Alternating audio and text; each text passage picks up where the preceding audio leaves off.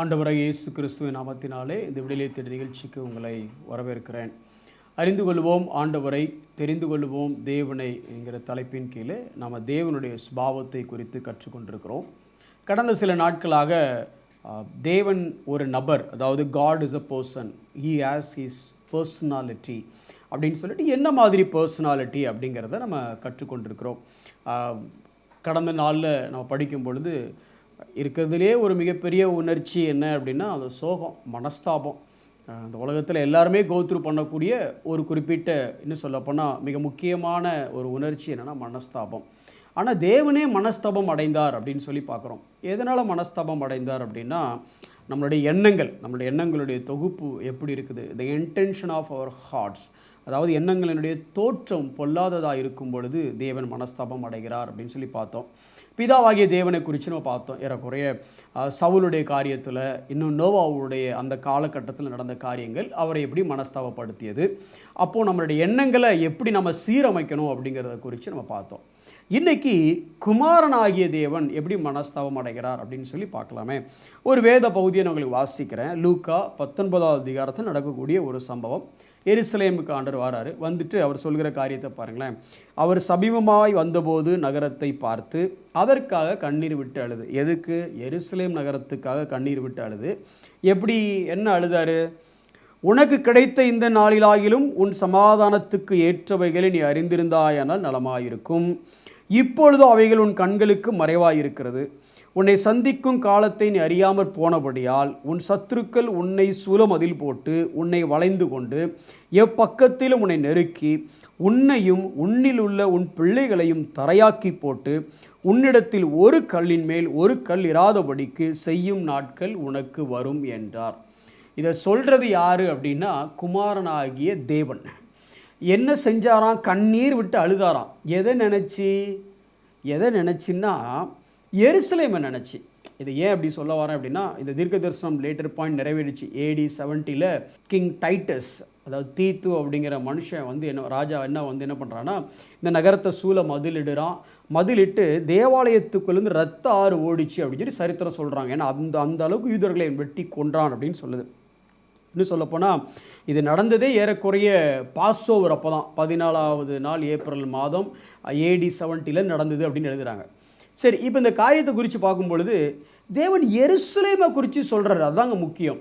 ஏன் இது முக்கியம் அப்படின்னு சொல்கிறேன்னா, எருசலேம் என்பது தேவனுடைய பிரசன்னம் அப்படின்னு நம்ம சொல்கிறோம். ஷாலோம் அப்படிங்கிற வார்த்தை, அது அந்த சமாதானம் அங்கிருந்து அந்த வார்த்தையிலேருந்து தான் வருது. சரி, இந்த எருசலேம் நகரம் எப்படி கட்டப்பட்டது? நமக்கு நல்லா தெரியும். அந்த எபூசியர் இந்த நகரத்தை மட்டும் விடாமல் வச்சுருக்கும் பொழுது தாவீது ராஜாவான உடனே இந்த சாலகத்தின் வழியாக போய் தாவீது என்ன பண்ணுறாரு, இந்த நகரத்தை கைப்பற்றி அதை தாவீதே நகரம்னு பேர் மாற்றி, அதுக்கப்புறம் பார்த்திங்கன்னா இந்த நகரம் கொஞ்சம் ஸ்பெஷலாகவே இருக்குது. எப்படி? உடன்படிக்கை பெட்டியை கொண்டு இங்கே தான் வைக்கிறாரு. அங்கே, அதாவது தேவனுடைய பிரசன்னம் அப்படின்னு சொல்லலாம். அதுக்கப்புறம் சாலமோன் இங்கே தான் தேவாலயத்தை கட்டுறாரு. அதுக்கப்புறம் அந்த தேவாலயம் கட்டப்பட்டு அப்படியே வந்துட்டுருக்கு. இப்போ இயேசு கிறிஸ்து அதே தேவாலயத்துக்கு பார்த்தா என்ன இருக்குன்னா, தேவனுடைய பிரசன்னம் இருக்கோ இல்லையோ நல்லா வியாபாரம் களைகட்டி ஓடிட்டுருக்கு. அப்போ இங்கே எல்லாத்தையும் அடித்து துரத்துறாரு ஒரு கட்டத்தில். இப்போ அதே நகரத்தை பார்த்து தான் சொல்கிறாரு கண்ணீர் விட்டு அழுது அப்படின்னு இருக்குது. சரி, இது ஒரு பக்கம் வச்சுடுங்க. இன்னும் ஒரு சில நகரத்தை காமிக்கிறேன் பாருங்களேன். இயேசு பிறந்த ஊர் நாசரேத்து. ஆனால் அந்த நாசரேத்து மக்கள் இயேசுவை விசுவாசிக்கலை. நீங்கள் மத்தேயு 14வது அதிகாரம் 58வது வசனத்தை வாசித்து பார்த்தீங்கன்னா, அவர்களுடைய அவ்விசுவாசத்து நிமித்தம் அநேக அற்புதங்களை அவரால் செய்ய முடியல. தேவன் தான் எல்லா அற்புதத்தையும் செய்த மனிதனாக வெளிப்பட்ட தேவன் தான். ஆனாலும் நாசரேத்து ஊரில் அற்புதம் செய்ய முடியல. அதுவே மிகப்பெரிய அற்புதம். ஏன்னா அந்த அளவுக்கு அவங்களுக்கு அவ்விசுவாசம் இருந்துச்சு. சரி, அதை விட்டுருங்க. இந்த நகரத்தை பார்த்து நாசரேத்தே உனக்காக கண்ணீர் விடுகிறேன் அப்படின்னு அவர் சொல்லலை. சரி, சமாரியாவை எடுத்துப்போமே. இந்த சமாரியா மக்கள் என்னதான் தேவனிடத்தில் நன்மையை அனுபவித்தாலும் ஒரு குறிப்பிட்ட இடத்துல லூக்கா 9வது அதிகாரம் 54 அந்த பகுதியை வாசிக்கும் பொழுது இயேசுவையே உள்ளே விடலைன்னு நம்ம சீஷர்கள்லாம் செம டென்ஷன் ஆகிடுச்சு. என்ன பண்ணாங்க தெரியுமா? ஆண்டவரே, வானத்துலேருந்து நெருப்பை வர வச்சு காலி பண்ணிடலாமா இவனுங்களை? அது எதுக்குன்னா இயேசுவை உள்ள விடலைங்கிறதுக்காக இல்லை. இது ஏற்கனவே பழைய பஞ்சாயத்து. இவன் மேலே இருக்கிற கோபத்தில் அப்படி சொன்னது. சரி, அதை விட்டுருங்க. இவன் சொல்லி அவன் ஆக போகிறதில்ல. இந்த சமாரியாவை பார்த்து இயேசு சமாரியாவுக்காக கண்ணீர் விட்டு அழுது அப்படின்னு வேதத்தில் இல்லை. சரி, இதையும் தாண்டி கொஞ்சம் மோசமான நகரம் இருக்கா? இந்த கோரேசினே அதெல்லாம் பார்த்தீங்க அப்படின்னா மத்தேயு 11ஆம் அதிகாரம் 21ஆம் வசனத்தில் சொல்லும்போது கோரேசினே பெத்சாயிதா அந்த ஊரை பற்றி சொல்லும்போது சொல்கிறாரு, கோரேசினே உனக்கு ஐயோ, பெத்சாயிதாவே உனக்கு ஐயோ, உங்களில் செய்யப்பட்ட பல செய்கைகள் தீருன்னா யாருன்னு தெரியுமா உங்களுக்கு? அது எந்த அளவுக்கு மோசம்னா ஏசாயா 14ஆவது அதிகாரத்தில் இந்த பிசாச தீருவின் ராஜாவை ஒப்பிட்டு எழுதுறாரு. அந்த அளவுக்கு மோசமான இடம். அவன் கூட திருந்திருப்பான்டா, அந்த ஏரியாவில் இருக்க கூட திருந்திருப்பான்டா, ஆனால் நீ திருந்தலையே அப்படின்னு ஆதங்கப்பட்டு சொன்னார். ஆனால் இப்போ அந்த பட்டணத்தை கூட பார்த்து கோரேசினே உனக்காக கண்ணீர் விடுகிறேன் அப்படின்னு சொல்லலை. ஏற்றுக்கொள்ளாத நாசரேத்தை பற்றி சொல்லலை, உள்ளே அலோவ் பண்ணாத சமாரியாவை பற்றி சொல்லலை, இவ்வளவு செஞ்சும் நம்பாத கோரேசினே பெத்சாயிதாவை பற்றி சொல்லலை. ஆனால் எங்கே தேவனுடைய ஆலயம் இருந்ததோ, எங்கே தேவனுடைய பிரசன்னம் இருந்ததோ அந்த எருசலேம் நகரத்துக்காகத்தான் குமாரனாகிய தேவன் கண்ணீர் விட்டார். It's called Jerusalem. இதை தேவனுடைய சிட்டின்னு சொன்னாங்க, ஆனால் தேவன் உள்ளே இல்லை, தேவன் வெளியே நிற்கிறார். இது எதுக்கு நான் உங்களுக்கு எனக்கும் சொல்கிறேன் அப்படிங்கிறீங்களா? கொஞ்சம் நீங்கள் யோசிச்சு பார்த்தீங்க அப்படின்னா, இன்றைக்கி நம்ம எப்படி இருக்கிறோம், இப்போ நம்ம எப்படி இருக்கோங்கிறத ஒரு சின்ன எக்ஸாம்பிள். தேவன் கூடவே இருந்தார் பேதுரு. இப்போ அந்த ஊரில் நிறைய பேர் இயேசுவை பற்றி தப்பாக பேசியிருக்கலாம், 1000 பேசியிருக்கலாம். ஆனால் இந்த 3.5 வருஷம் ஒன்றாவே சுற்றிட்டு இருந்தார் பார்த்தீங்களா பேதுரு.